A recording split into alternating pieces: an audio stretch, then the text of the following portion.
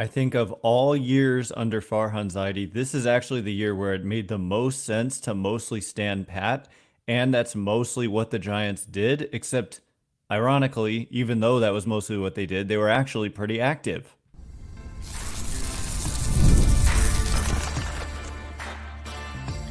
You are Locked On Giants, your daily San Francisco Giants podcast, part of the Locked On Podcast Network, your team every day. Welcome to Locked On Giants, part of the Locked On Podcast Network, where it's your team every day. My name is Ben Kaspick, and on the show, we provide daily episodes Monday through Friday, talking about the San Francisco Giants in a way that's data-driven and rational, but also simple, passionate, and accessible to all. I'm a former contributor for the baseball statistics and analysis websites Beyond the Box Score and Rotographs. I've been podcasting about the Giants since 2015. I've been hosting the show for over 5 years, and I'm a lifelong Giants fan. Thank you for making Locked On Giants your first listen every day. We're free and available wherever you get your podcasts, including YouTube. So check us out there if you have not already, and please hit that subscribe button wherever it is that you're following the show.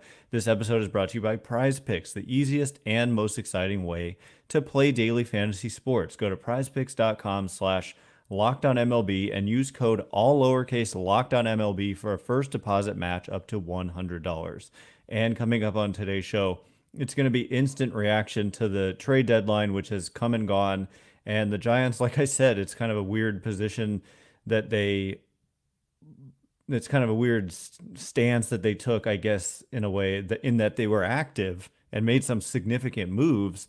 But when all was said and done, you could call it mostly standing pat. They didn't really sell, they didn't really buy. And I do believe, this isn't like hindsight saying this now, that of all the years under Farhan Zaidi, this was the year where that actually made the most sense because of the fact that they're not in like a super great playoff position, right? They're 4 games out of a wild card spot. They're, statistically like on the fringes of contention, but not out of it and not totally into it. There weren't a ton of like great players moved. It wasn't like Vladimir Guerrero and Bo Bichette were flying off the shelves here. And then selling, you're just giving up on your season if you're giving up like a Blake Snell.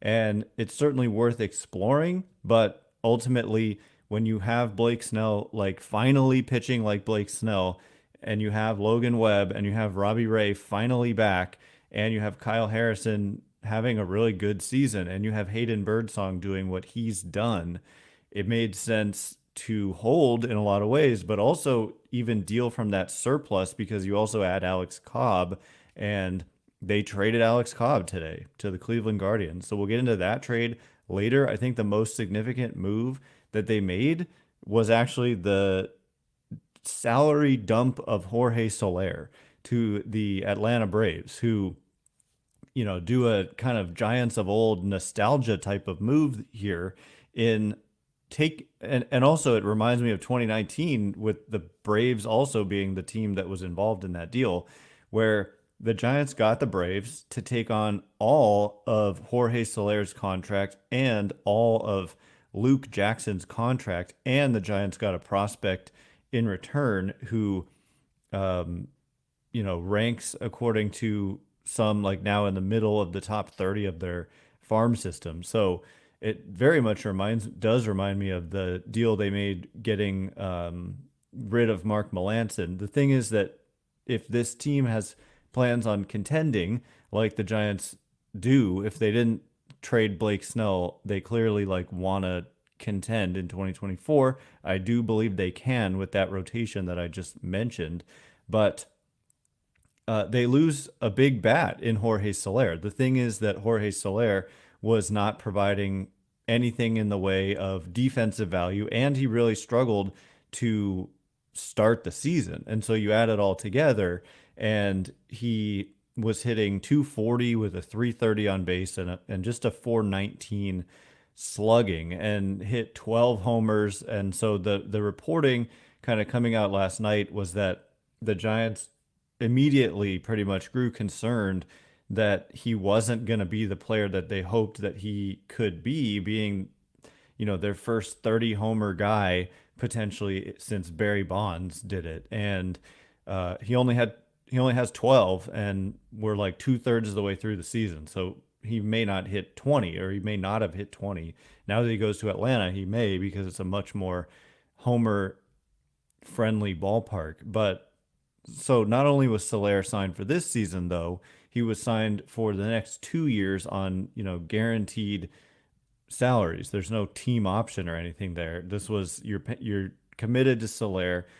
I didn't really see Soler as a fit initially. Like, if you go back and watch my offseason like preview shows, I was asked about Soler. I said I didn't really understand the fit. He's one dimensional, only plays DH, and just, hits. And he didn't hit all that well with the Giants. He didn't play anywhere but DH. So he was very much clogging up the DH spot for not just this year, but for the next 2 years. And so I just, while he was playing well and hitting well, I should say, it's not the worst thing in the world to get out from underneath a contract that they clearly regretted.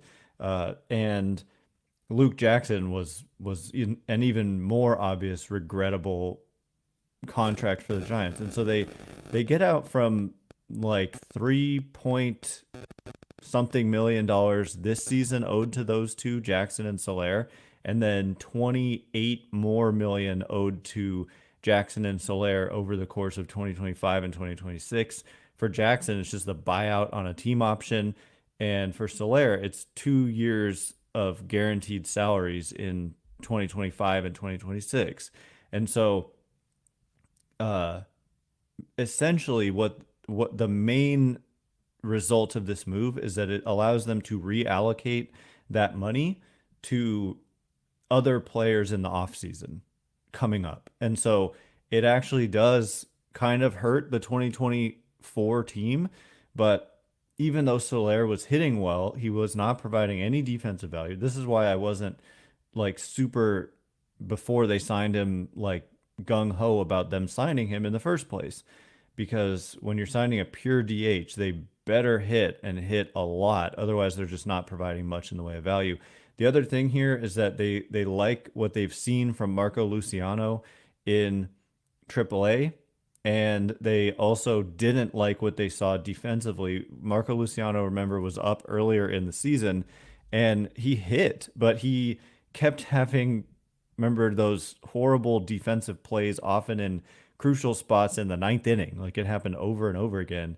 But when he was up here, he hit in 10 games. He hit 375, 444 on base, 542 slugging. And his walk rate in AAA this year is over 18%, 18.1. And this is a guy, a 22-year-old kid, who they want to give playing time to. And the way I think that they determined was the best way to do it was to get rid of Jorge Soler. Because tonight, Marco Luciano is in the starting lineup, batting in the DH spot. And so I think they're finally conceding that Luciano is probably not a shortstop. I'm not sure if DH is just exactly, that's quite a drop from shortstop to DH only. But, they could try him in other spots, but I think the shortstop idea maybe is finally over. And also the emergence of a Tyler Fitzgerald and the improvement of a Brett Wisely also is partially what allows them to make this move. And so, yeah, I mean, the lineup tonight, looking at it, I figured they're definitely facing a lefty, and they are in JP Sears, because they go right, right, right, right, switch, right, left, right, right. So there's one lefty in the lineup, and it's Yastrzemski, and Marco Luciano was activated, and he's DHing, and he's hitting sixth. And so I don't think it's, much to complain about to say, okay, you get out from the Soler contract, who he really didn't play well for the first couple months of the season, looked very lost at times, and you can spend that money elsewhere in the offseason, and hopefully they do. We'll see if they do. But also you're clearing a path. This is what I said. If the Giants make moves, it'll be at positions where it clears a path for young players who deserve playing time. And this is the result, is that Marco Luciano is that guy who deserves playing time.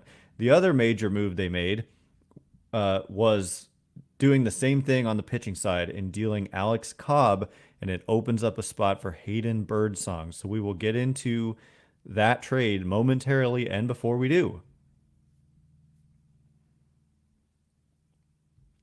today's episode is brought to you in part by Prize Picks. Prize Picks is America's #1 daily fantasy sports app with over 5 million active members, myself very much included. Prize Picks is the easiest and most exciting way to play daily fantasy sports. Unlike other apps, on Prize Picks, it's just you against the numbers. All you do is pick more or less on 2 to 6 player stat projections and watch the winnings roll in.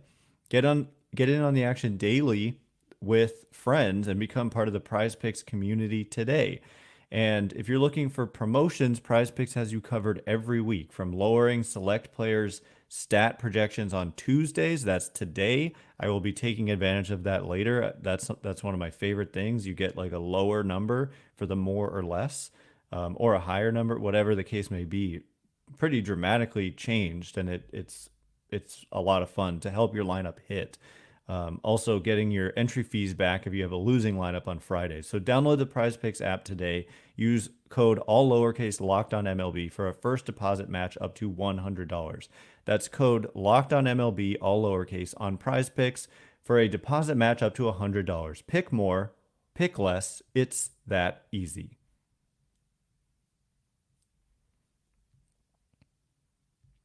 All right, as promised, we're going to get into the Giants trading Alex Cobb to the Cleveland Guardians in exchange for a 19-year-old who put up very impressive numbers in the complex league for the Guardians. He just turned 19, and also a player to be named later. And I'll explain why. I think that this trade requires a little bit of explanation, and we will provide that to you. Thanks again for making Locked On Giants your first listen every day. Every dayers tomorrow. We're going to be breaking down this game tonight against the A's. Giants are not giving up on their season, so these games really do matter. And also, there'll be quotes and stuff from the front office, which we haven't had time to gather. I wanted to get this show out as quickly as possible about the moves they made and didn't make and all that. And so we'll have all of that for you throughout the rest of the week, including tomorrow. Are you watching Fox Sports or ESPN on your TV all day? By the way, do you have to turn down the volume with all that shouting? Make the switch to Locked On Sports today, a free 24/7 sports streaming channel programmed for you every day to bring you the biggest stories without all the screaming. Locked On Sports Today brings you can't-miss analysis, opinions, and news streaming 24/7 on YouTube or the free Amazon Fire TV channels app, part of the Locked On Podcast Network, your team every day. Reminder, too, you can catch every pitch of the Giants' hometown broadcast with SiriusXM. Just download the SXM app and search the word Giants. So, yeah, they traded Alex Cobb to the Cleveland Guardians, and this one is actually not that surprising. I did mention his name, the everydayers. If you listened I think it was yesterday, not to this morning's episode with Sully, but yesterday I was saying Alex Cobb. He's going to be 37 years old in October. He's on the last year of his contract. There's no option or anything after the season. And here's what it does. Here's the win, or like the angle the Giants see in terms of why they did this, is that it opens up a spot for a young player deserving of playing, because otherwise, basically, they must have really liked this young player that they got in return, and a player to be named later. You never know how significant that player to be named later is. It could be a significant part, and Farhan Zaidi probably addressed that when he he probably will or has addressed that when he meets with the media. But Alex Cobb hasn't thrown a pitch all season for the Giants, and he's ready to come back. But also, Hayden Birdsong has been so impressive. And, I think there was unhappiness when he was sent down to the minors, and he would continue to pitch in the minors if Alex Cobb was in this rotation, because if it's healthy, which it is, with Cobb set to come back, you've got Blake Snell, you've got Logan Webb, you've got Robbie Ray, Kyle Harrison, and Alex Cobb. There's 5 right there. And so where does Hayden Birdsong fit in? He only fits in if somebody gets injured. And with this trade, it's, Webb, Snell, Ray, Harrison, and then Birdsong. And I think that Birdsong has certainly looked deserving of more opportunities this year. He's pitched only a total of, trying to do quick math here, like 89 innings or so in professional baseball this season. So, he's projected to pitch. I mean, if he makes let's see, a normal season, you make around 30 starts. And so, I don't know, 10 starts down the stretch, call it 5 innings a start, 50 more innings. That would be, what did I say? He's at 80. That would put him at 130. I don't know. Last year he pitched close to 100-ish, it looks like. So he could probably do that. And so I think workload is not that big of an issue. So it's also about evaluation, right? You want to see what you really have in Birdsong and Luciano. Can you go into next season relying on these guys or not? And that matters to figure out. And the one thing is it makes them not as deep to lose Alex Cobb. And as we've seen, guys have gone down with injuries and it has presented issues. And so that's a nice 5-man rotation right there. But if anybody gets hurt, then the question is, where do you go from there? Because if you have Cobb and then Birdsong is like in the minors, you can say that's really, really nice depth. But at the same time, Cobb is on this expiring contract, and the player they got in return, whose name is Jacob Bresnahan, and a player to be named later. So Bresnahan was a 13th round pick, 398th overall pick by the Guardians in 2023. So last year's draft. And what he's done has been extremely impressive. He was an 18-year-old for most of this season, and he made 11 starts in what is known as the Complex League through 46 innings and just had bonkers numbers. A 34.1% strikeout rate, walk rate was 8.6%, ERA was 2.54, fielding independent pitching was 3.57, and he was promoted to A-ball as a guy who just turned 19 about a month ago. So I understand the appeal when I just look at those numbers for this young man, and you got him for a couple of months of Alex Cobb, essentially. And so, look, I love Alex Cobb. I think he was a great Giant, liked him a lot as a person. Susan Slusser talked to him and wrote that Cobb said of his time with the Giants that it was better, quote, better than I could have ever expected. I loved everybody in this organization and made some lifelong friendships along the way, and I appreciate the way they've handled everything, especially their patience dealing with injuries and just believing in me from the beginning. It's a first-class organization. They do everything the right way. The entire staff, I've never been anywhere close to what they have going on here. And the fans have been so encouraging. Every time I went out there to warm up, I saw some corn outfits. They bring energy to the ballpark, and I'll miss pitching in front of them. And he said of, Farhan Zaidi trading him and calling him and telling him about the news, just passing this along for you. It is what Alex Cobb said. He said, quote, "There's a human side of things, and I could even hear it in Farhan's voice, having to deliver the news. We've all created relationships, and it's emotional for them to have to do moves like that sometimes. I do believe that they have the best interest of everybody at heart, and also trying to create the best organization possible and the best team possible."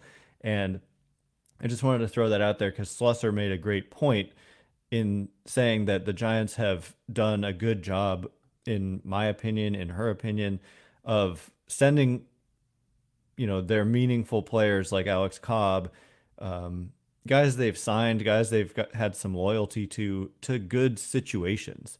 Like Alex Cobb goes to the Guardians, who are in first place, very likely to make the playoffs. The manager is Stephen Vogt, who played with Alex Cobb in the Tampa Bay Rays organization, and uh, I think there's some other players there that he's played with as well. But a first place team and the manager is someone that you have a friendship with, is a good situation to send him to. And this could be his last year, so he gets one last shot at postseason success. And so it is a good destination. Certainly, that shouldn't be your primary motivation when you choose a team to trade a guy to, but it can be like if it's a close call, you can say, I want to send the guy to the best situation possible. And the deals are roughly equal. I don't know. Or you can just focus on a couple teams. I don't know. I get it. Like, you want to make the best deal for you, but also there is a human side to this. And I wrote, they did the same thing with Mitch Haniger, sending him back to Seattle in the offseason. Even Ross Stripling, sending him to the A's. I know it's the A's, but it's like, you don't have to move. You can stay wherever you're living because the A's are right there. And then with Soler and Jackson, sending them back to the Braves, where they both won a World Series in 2001. So they've done a nice job there, but also maximizing returns. I don't think they've lost anything just because of the places they've sent these guys. So anyway, the player to be named later will change the deal to a degree, but also it just opens, Birdsong has been really, really good, and I want to see more of him, and this creates a path for that. And so, yeah. Anyway, coming up in just a minute, Giants made an acquisition. It wasn't major, but they got Mark Canha, local guy from the Bay Area, and older, but still possibly productive and a good fit, in my opinion. Small move, but a good fit. And so we'll get into that one in just a minute. And before we do, today's episode of Locked On Giants is brought to you in part by SupplyHouse. Get supplies from the site that's made for the skilled trades, SupplyHouse.com. SupplyHouse.com is the reliable way to order plumbing, HVAC, and electrical products online. Their easy-to-use website is packed with helpful resources and the latest product info to help you get the job done right. Shop a complete inventory of over 200,000 parts from over 400 top brands and get your order delivered right to your door with fast shipping from coast to coast. Need help with an order? Get expert support and industry-leading service from the friendliest folks in the business, and talk to a real person every time. Pros in the skilled trades can get a competitive edge by joining SupplyHouse.com's free TradeMaster program. Every TradeMaster gets access to a dedicated phone line, free shipping, and discounts on every order. Join the thousands of trade pros already benefiting from their free membership at SupplyHouse.com/TM and order plumbing, HVAC, and electrical supplies from anywhere with just a few clicks at SupplyHouse.com.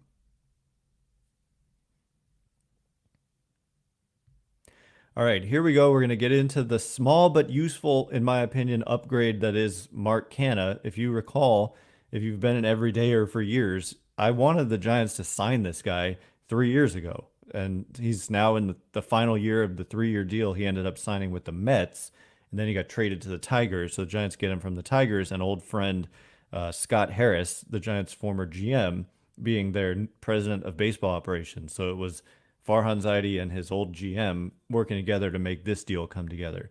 Thanks again for making Locked On Giants your first listen every day. Everydayers tomorrow, lots to talk about.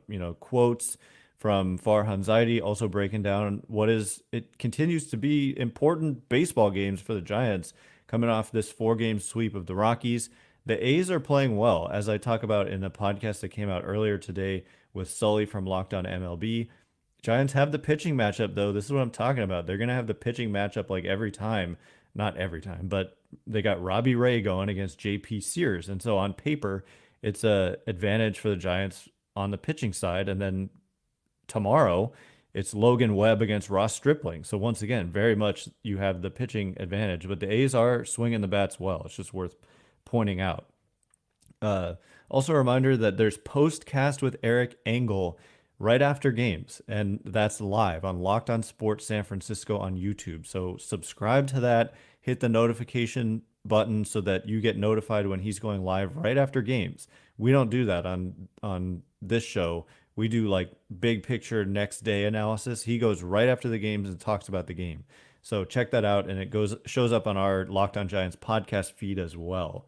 So anyway, just a reminder about that. Anyway, Giants have acquired Mark Canha, who is someone, again, that I wanted them to sign prior to the 2022 season, I guess it was. So after 2021.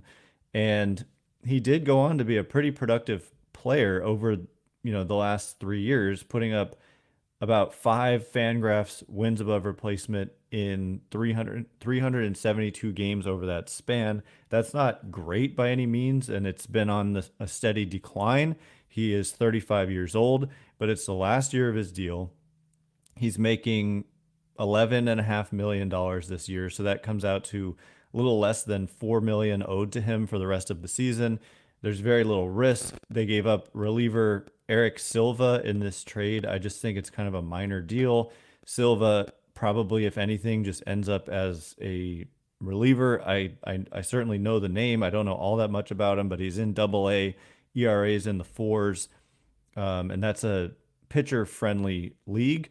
So, I hear good stuff from Silva, but at the same time, this is a minor trade any way you look at it. But for the Giants, it does incrementally improve them, in my opinion, especially given the performance of Wilmer Flores and the absence of Wilmer Flores. So right now, they don't have Wilmer Flores on the roster. They also, by the way, activated Blake Sabol today, which I thought was interesting, and not entirely sure where Sabol is going to play, but they activated Blake Sabol, and they acquired Mark Canha. They also activated Luciano. So for Canha, I could see him being that platoon partner with LaMonte Wade Jr. at first base. Wade probably could, maybe get a look as more of an everyday player, but then Canha could just be a guy who comes off the bench. And I get it. This year, if you look at the numbers, they're down, and he is 35. And so you do look into and expect like age-related decline. But at the same time, first of all, he's crushed left-handed pitching this year, despite the overall very mid numbers. This year against lefties, he's hit 286 with a 400 on base percentage and 457 slugging. In his career against left-handed pitching, he's been about 13% above average. In his career against right-handed pitching, he's been about 16% above average. So he's not really been, a guy who has significant platoon splits. He's also a guy who doesn't strike out a ton. He really doesn't chase much. So he's a very Giants-y type player, including in the fact that he isn't a great defender, especially in the outfield, where he's been kind of miscast as an outfielder. But I don't think the Giants will do that. I think they'll mostly play him at first base, like I said, with Wilmer Flores out. It is possible that this injury for Flores is so significant that it kind of keeps him from producing or playing for much of the rest of the year. It's been a rough go for Flores. And if that's the case, then this move makes even more sense. And Canha is just a professional hitter. He's going to give you a good at bat every time for the most part. He's not going to chase, and he makes, good amount of contact. Career strikeout rate is just 20%, which is not very high. Career walk rate is 10%. It's 11.1% this year. Doesn't hit for a ton of power, but gets on base. Even right now, his on base percentage is 337. In his career, it's 348. Since 2019, the lowest it's been is 337.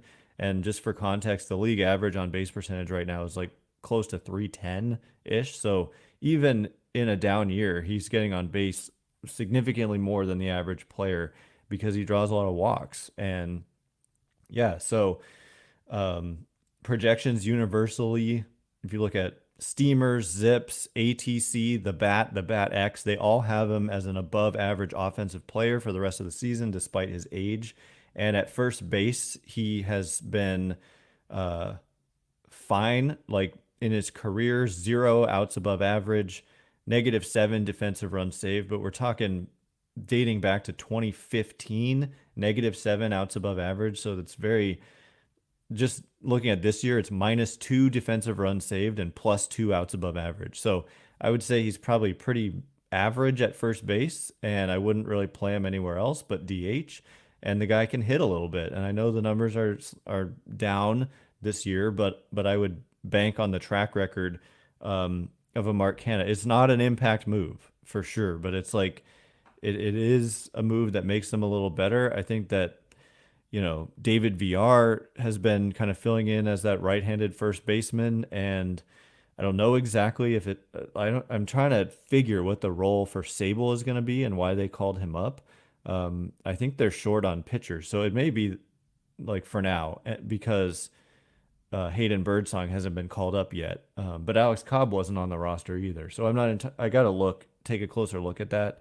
But David VR, I don't think there's a ton of belief in him right now, and Canha I think is a pretty clear upgrade, and especially if Flores can't play, and or doesn't play at a high level upon returning, then Canha could. And when I say a high level, I just mean kind of take that Flores role and potentially, give you big hits and give you good at bats off the bench and in starts. And then, like I said, the career platoon splits are not significant. He's above average against lefties and righties in his career. I get that he's 35, but I don't know. It's just they didn't give up much, and he's potentially going to help them. And if he doesn't, it's not a big deal because the contract is over at the end of the year, and it's a small amount to pay anyway. So you don't even have to keep him through the end of the year if it doesn't work out. So anyway, those are my initial thoughts. I think it was a fine deadline for the Giants. Again, I do think of all the years, this year made the most sense to mostly stand pat, while simultaneously they ended up shedding contracts they didn't like, trading from an area of surplus and getting a prospect that they like, and then acquiring, a small but useful little upgrade. And so it may not excite you, but what should excite you, I think, is Hayden Birdsong pitching in the rotation, Robbie Ray pitching in the rotation, more Kyle Harrison, more of what we've seen from Blake Snell lately, and then Logan Webb hopefully returning to the form that we're used to from him, which we haven't seen in several starts. But anyway, we'll see if the lineup too can make up for the loss of Soler, who was swinging it well.